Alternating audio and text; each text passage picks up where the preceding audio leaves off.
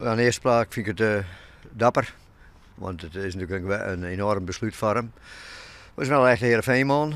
Maar het is wel heel verstandig. Want dat iepent weer allerlei mogelijkheden die op slot zitten. Nou ja, en ik denk dat er zelfs ik goed denkt. Dus ja, ik had het de jongens verteld. Toen had ik hetzelfde in de jongens zijn van ik vind het gewoon een dappere man. Dus heeft het applaus. Dus heeft van de jongens applaus gekregen. En toen werd het klaar eigenlijk. Ja, wat voor oplossingsdoelen jou dan op? Nou ja, als mensen op het Jelko voort is, dan neem je gewoon dat de oren ik voortgaan. En dan begint het op nij. En dan kan je het positief maken. Dus dan kies je naar je mensen, je kan de structuur misschien een beetje bijstellen. Nou ja, maar in ieder geval dan zit er dynamiek in, zit er beweging in en komt er naar energie vrij. Nou ja, dat is het allerbelangrijkste.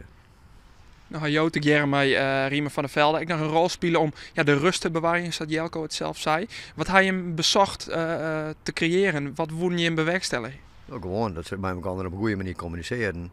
En dat ze de problemen die er zijn, dat ze die met elkaar besprutsen en dat ze dat oplossen kunnen. Dat hebben we proberen. Nou ja, en dat heel lang hier een week het idee dat dat wel koeien, maar dat is gewoon op een gegeven moment koert het net meer. Nou ja, dan is dit het beste. Ja, je vindt het een prima besluit, ondanks voor de club tenminste? Ja, het is voor de club het beste. Daar kan je lang en breed op praten, maar dit is voor de club het beste. Wat had Jelko budgetten voor Heerenveen?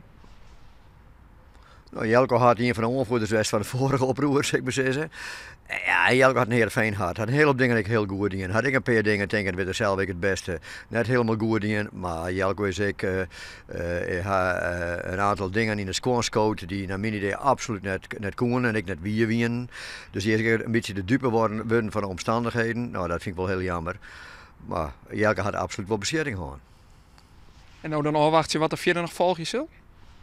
Nou ja, dit is het begin van een beweging en er volgen natuurlijk nog stappen. Ja, en wat kan ik zeggen, dan kan ik nou beginnen, dat is goed.